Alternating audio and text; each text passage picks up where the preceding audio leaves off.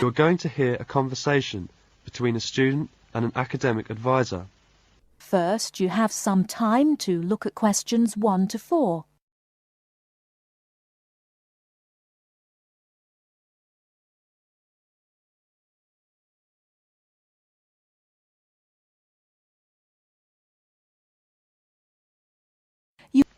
Hello there, you must be Jane. Please come in. My name is Mrs. Dunstan.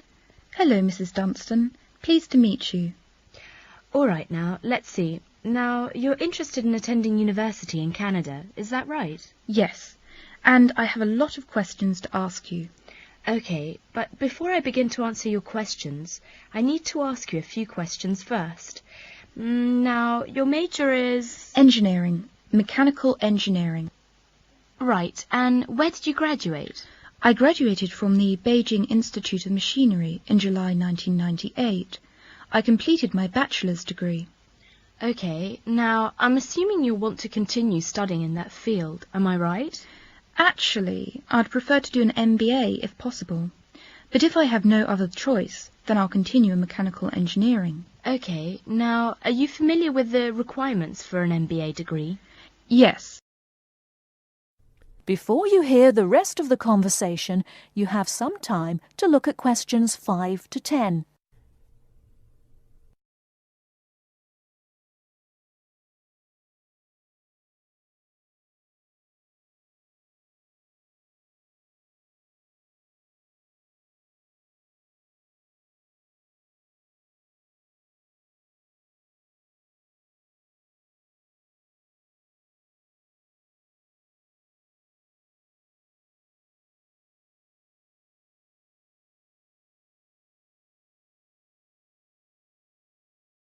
Now listen and answer questions 5 to 10.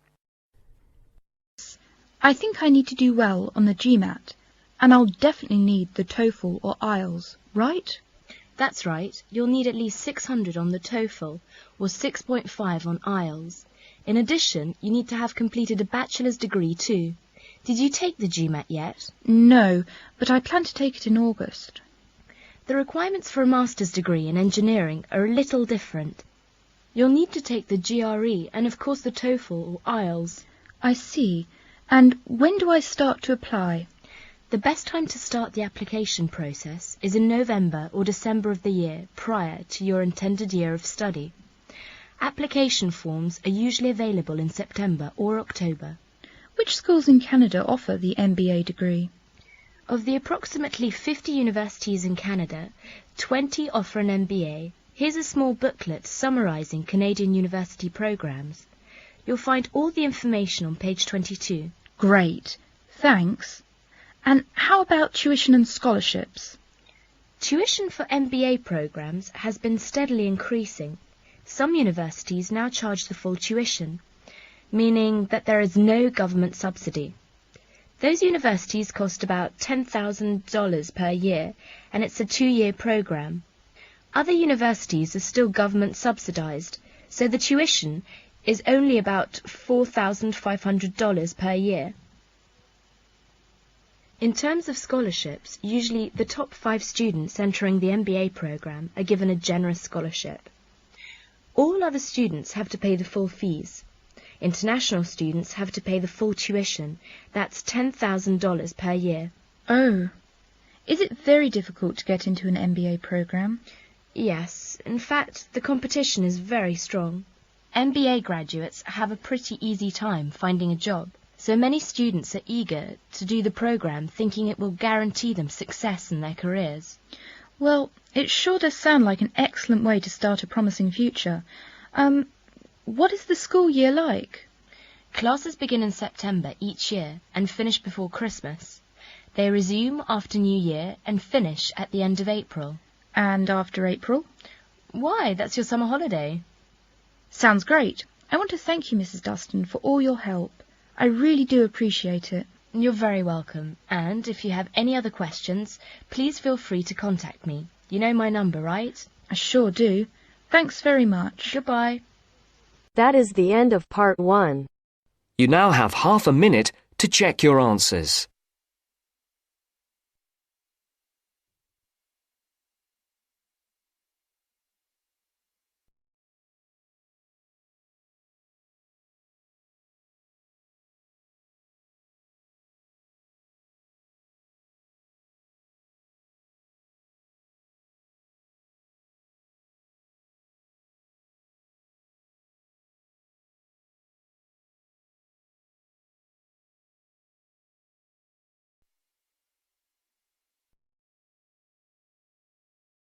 Now turns to Part 2.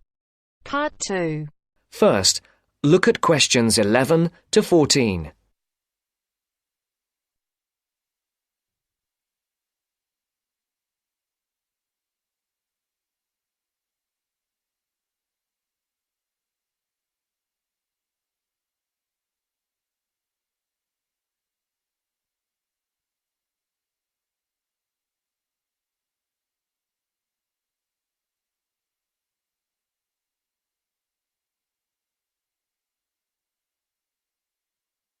Listen carefully.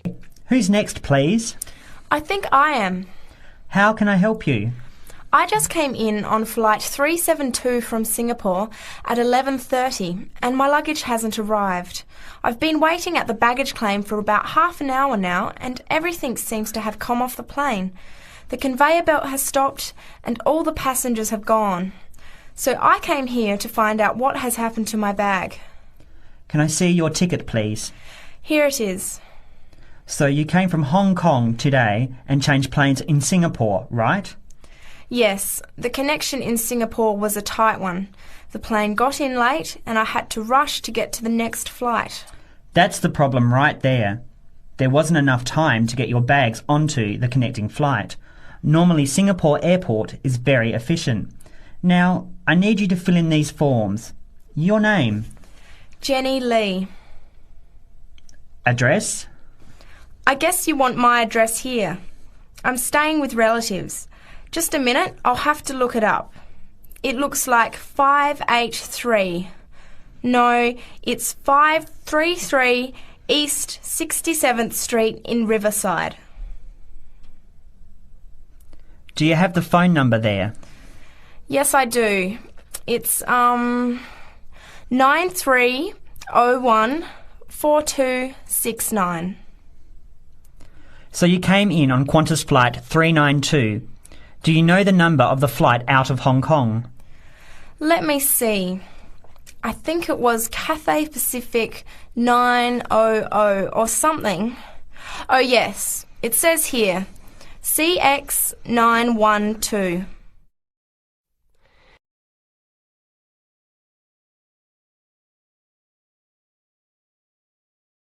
Before the broadcast continues, look at questions 15 to 20.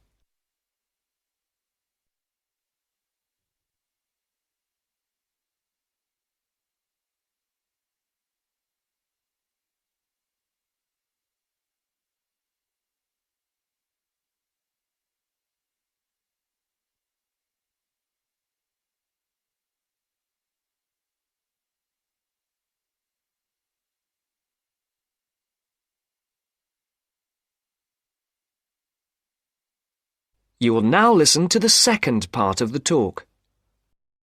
Right. Now, I need a description of the luggage. How many pieces did you check in? Just one.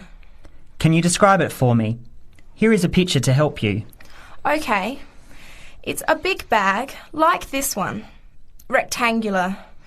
Not hard shell, but soft covered, and it has a zipper around the front. Is it black? No, sort of a grey colour. Any identification? Just a tag with my name on it. Any other features? Well, it has wheels and a retractable handle on the end, so you can pull it, as well as the handle in the middle. OK, that's fine. Now, if your bag missed the connection, I'm sure it'll be put on the next flight. I'll email Singapore as soon as I finish here.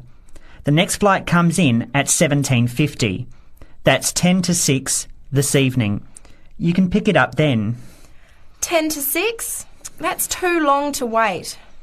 Can I get my uncle to pick up the bag on his way home from work? Sorry, you have to be here yourself to clear customs. Of course, I almost forgot. Will the bag come here, to this desk? Yes. You pick it up here, then take it over to the customs area. By the way, don't forget to bring your passport. You will also need to have the key plus your ticket with a baggage claim number on it. Oh, okay. Guess I'll have to come back tomorrow then. It's lucky I packed everything I need for now in my carry-on bag. Yes, that's always a good idea. Be prepared. That is the end of part 2. You now have half a minute to check your answers.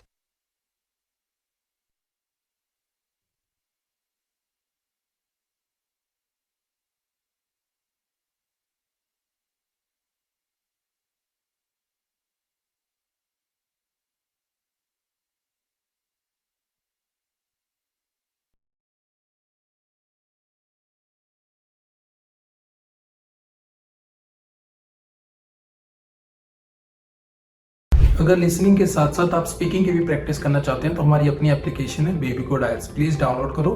App store और play store दोनों पे available है और link description में भी हमने डाल दिया है। यहाँ पे आप एआई टीचर को जितने चाहें उतनी बार स्पीकिंग टेस्ट दे सकते हो, जब चाहें तब, कोई रिस्ट्रिक्शन नहीं है। और अगर आप चाहते हो कि टीचर आपको आपके बैंड स्कोर बताए, आपकी मिस्टेक बताए और कैसे आप 5 बैंड से 7 बैंड इंप्रूव कर सकते हो, तो प्लीज यूज करो मेरा promo code IELTS50। Do not forget my promo code is IELTS50.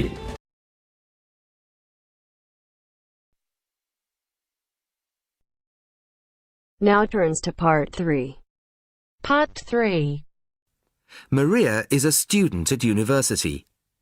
She has handed the first draft of an essay to her tutor. The tutor has read it, and now they are discussing ways the essay can be improved. First, you have some time to look at questions 21 to 25.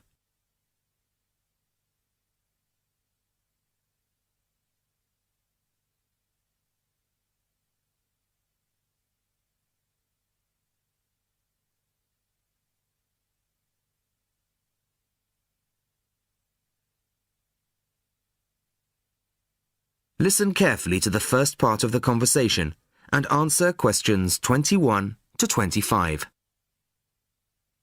Well, Maria, I have to say I was quite impressed by your essay. It's a big improvement on the last one. Really? I'm glad. I put a lot more work into this one. I really spent ages on it. And it shows.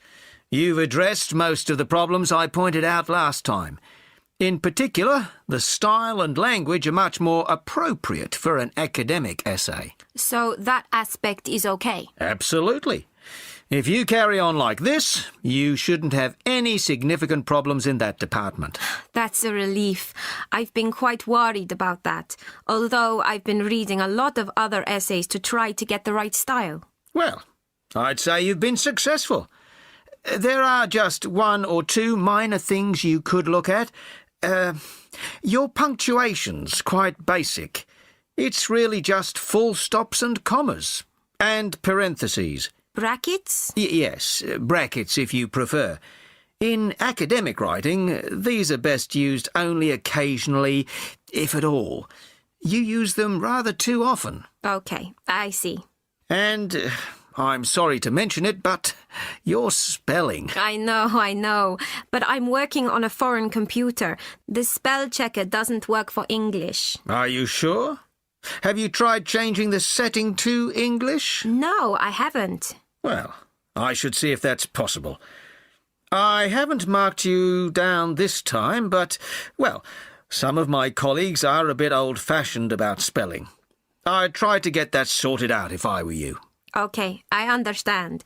I'll try to change the setting. Before you hear the rest of the conversation, you have some time to look at questions 26 to 30.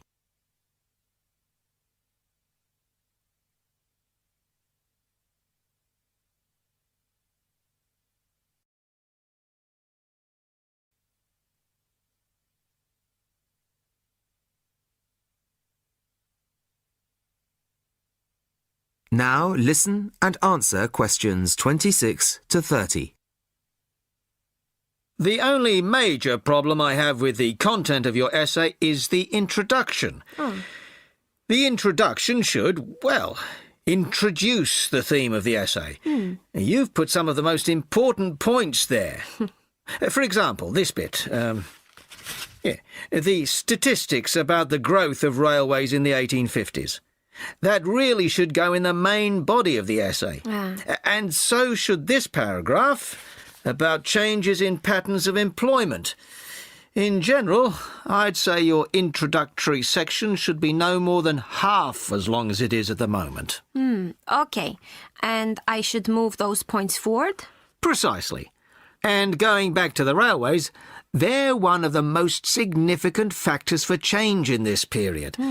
But apart from those statistics in the introduction, you only briefly mention them. I'd like to see a lot more on that, and the influence the expansion of the railways had on patterns of social and economic behaviour. You mean how with the railways people could travel to find work and could meet people from other areas? Exactly.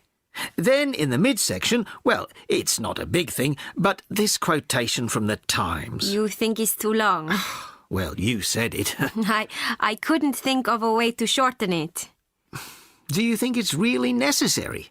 You mean I could just get rid of it? Yes. You've already made the point and backed it up with other evidence. The quotation's redundant, really. Okay, well, that'll be easy. There were various other minor points, which I've noted in the margins. You can look at those later. But moving forward to the end here, I wasn't quite sure what this meant. The final paragraph? Yes. Are you saying that, on the whole, the changes of the mid-19th century tended to improve the lives of ordinary people or not? It's not very clear. It's not? No, it isn't. I'd add a few lines clarifying your position. Okay. When do you want the final draft? No, the end of term will be fine. But there was just one other thing, the bibliography.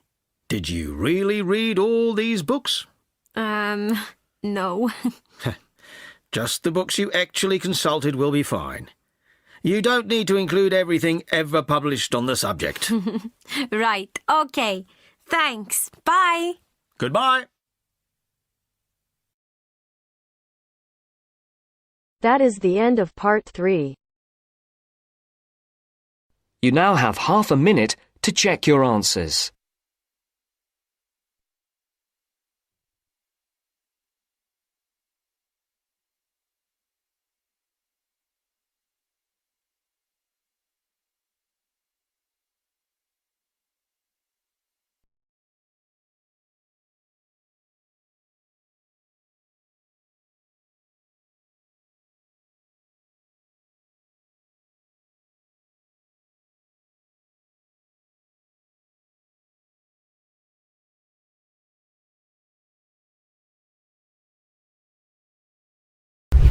अभी तक baby code app download नहीं की वो यहाँ पे सिर्फ speaking listening reading writing सारे के सारे फ्री में मॉड्यूल अवेलेबल है, वो भी लेटेस्ट कंटेक्स्ट के साथ। और तो यहाँ पे आईएलटीएस की लाइव क्लासेस भी देते हैं आईटीपी अप्रूव्ड टीचर फ्री में।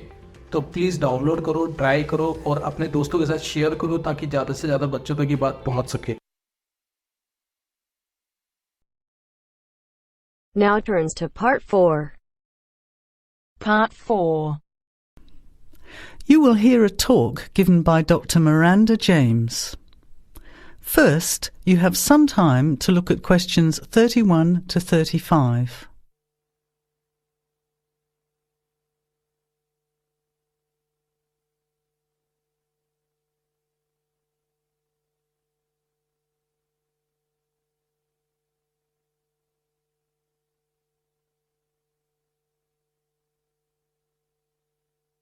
Now, listen carefully to the talk and answer questions 31 to 35.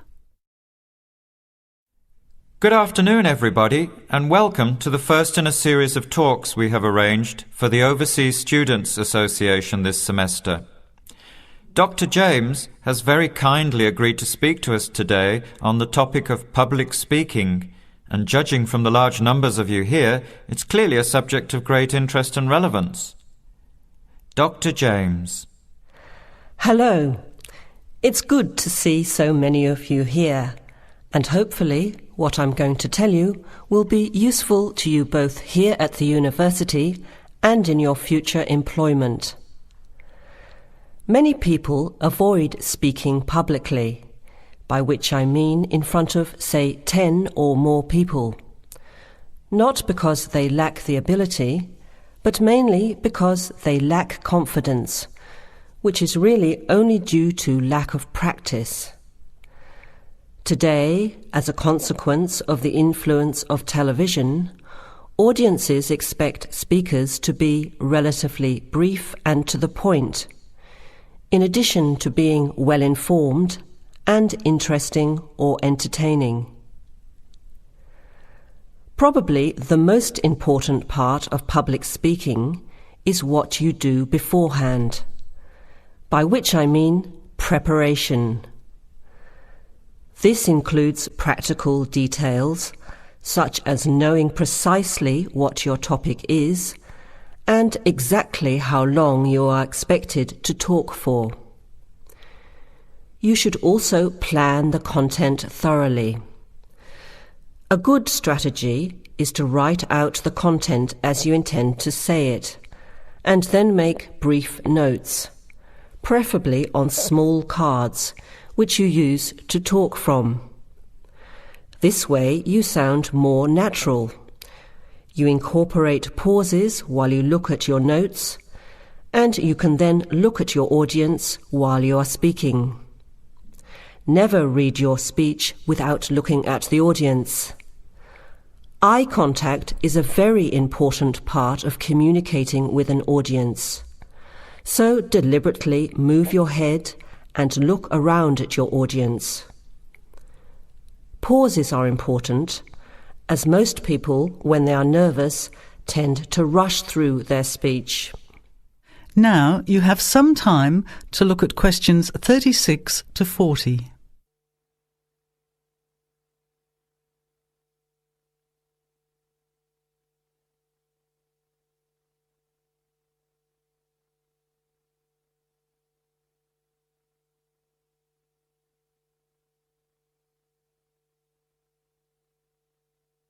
Now listen and answer questions 36 to 40. Practice speaking slowly. This gives you more time to pronounce your words correctly. It's always easier for your audience to listen to someone whose speaking is clear and calmly paced, so that they can understand the ideas being explained. And the bigger the group, the more slowly you should speak.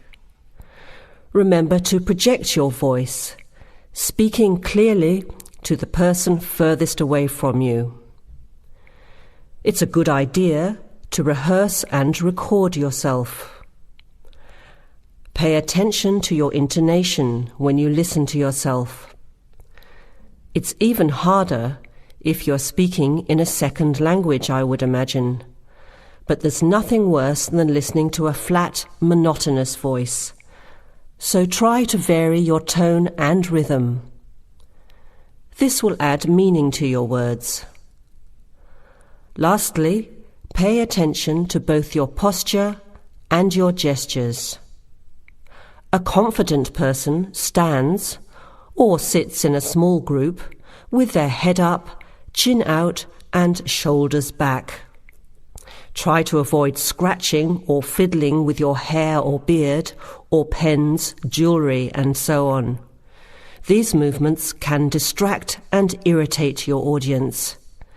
Yet you may be unaware of them yourself. Another reason for rehearsing, preferably with feedback from a friend, or better still, on video. I hope these few tips will make your experience of speaking in public a little easier. Remember, practice makes perfect. That is the end of part 4. You now have half a minute to check your answers. अभी तक baby code download नहीं की? यहाँ पे लाखों बच्चे free में आइल्स clear कर रहे हैं with the help of baby code IELTS. तो link in the description, try करो. Do not forget my promo code IELTS50. Okay?